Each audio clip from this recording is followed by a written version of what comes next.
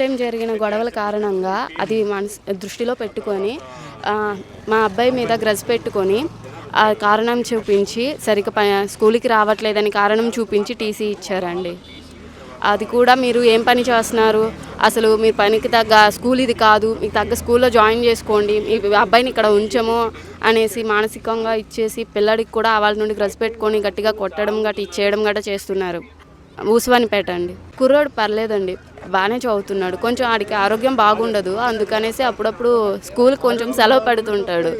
School సెలవు పెడుతుంటే ఎందుకు సెలవు పెట్టారనేసి కొడతారు. మళ్ళీ ఎగ్జామ్ ఫీజు టైంకి కట్టకపోతే ఎగ్జామ్ రాయించరు. మళ్ళీ ఎగ్జామ్ ఎందుకు రాయలేదు అనేసి అలా కొడతారు. ఫీజు కట్టేశామండి, అలా కొడుతున్నారు అనేసి ఫీజు కూడా కట్టేశాను. మొత్తం 3 టర్మ్స్ ఉంటే మొత్తం ఒకేసారి కంప్లీట్ చేస్తాను సార్. ఇలా కొడుతున్నారు, తనకి టార్చర్ పెడుతున్నారు అనేసి అయినా సరే కావాలనే టీసీ ఇచ్చేసారండి. బలవంతంగా నాతో లెటర్ రాయించుకొని కావాలనే టీసీ ఇచ్చేసి అప్పటి గొడవని మనసులో పెట్టుకొని కావాలని టీసీ ఇచ్చి నాకు పంపిస్తారు. మన ఆమదాల సెంట్రల్ స్కూల్లో ఈరోజు మా చెల్లి వాళ్ళ అబ్బాయికి టీసీ ఇచ్చి పంపించేశారు. దానికి కారణం ఏమని అడిగితే ఇంతవరకు ఎంఈఓ గారు కానీ ప్రిన్సిపల్ మేడం గారు కానీ ఏ ఒక్కరు కూడా సమాధానం చెప్పట్లేదు. ఆ అబ్బాయికి 5 రోజులుగా అంటే స్కూల్ నుండి వస్తున్న టైంలో కళ్ళు తిరిగి పడిపోయాడు. బయట పడిపోతే ఆటో అతను తీసుకొచ్చి మాకు చెప్పగానే హాస్పిటల్ జాయిన్ చేసాము.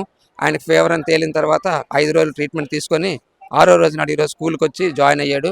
ఆ మెడికల్ రిపోర్ట్ పట్టుకొని ఈరోజు స్కూల్కి వాళ్ళ అమ్మ వచ్చేసరికి మీరు ఇంతకుముందు జరిగిన విషయంలో మీకు ఇన్వాల్వ్ అయ్యారు, మీరు ఇన్వాల్వ్ అవ్వాల్సిన అవసరం మీకేంటి, అసలు ఆ సమస్యకి మీకు సంబంధమే లేదు కదా, మీరు ఎందుకు ఇన్వాల్వ్ అయ్యారు అని పర్సనల్ గురించి పెట్టుకొని మరి ఆవిడ అడిగి మా చెల్లికి అడిగి అలా కాదు మేడం, నేను దానికి దీనికి సంబంధం ఏంటి, ఈరోజు నేను మీకు మెడికల్ రిపోర్ట్ సబ్మిట్ చేయడానికి వస్తే మీరు ఆ విషయం అడుగుతున్నారు ఏంటి అని అంటే, లేదు ఆ రోజు నువ్వు మాట్లాడావు కాబట్టి నీకు స్కూల్లో ఉంచడం నాకు ఇష్టం లేదు కాబట్టి నేను టీసీ ఇచ్చేస్తున్నాను అని చెప్పేసి మా చెల్లికి వచ్చిన ఆవిడకి టీసీ ఇచ్చేసి పంపించేశారు. ఈరోజు ఈ సెంట్రల్ స్కూల్లో జరుగుతున్న అరాచకాన్ని దయచేసి ప్రతి ఒక్కరు గమనించాల్సిందిగా కోరుకుంటున్నాను.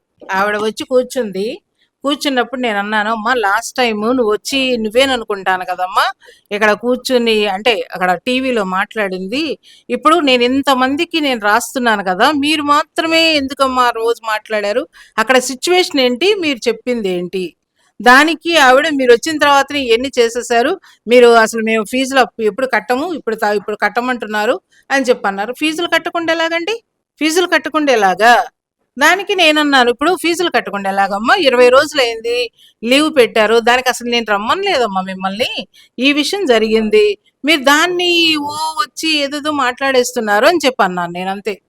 ఆవిడన్నది మాకు టీసీ ఇవ్వమన్నది, సరే తీసుకోమ్మా నాకేమైంది తీసుకోమన్నాను. ఆవిడొచ్చి నా మొహాన్ని ఇసురు కొట్టింది, నేను సంతకం చేశాను. అప్పటికి మా ఆఫీస్ కృష్ణ చెప్పాడు, ఏమని చెప్పాడు, అమ్మ ఎందుకు ఇట్లాంటివి వస్తుంటాయి, పిల్లల మీద ఎందుకు చూపించుకుంటారు, సిస్టర్ దగ్గరికి వెళ్ళి నేను మాట్లాడొస్తాను.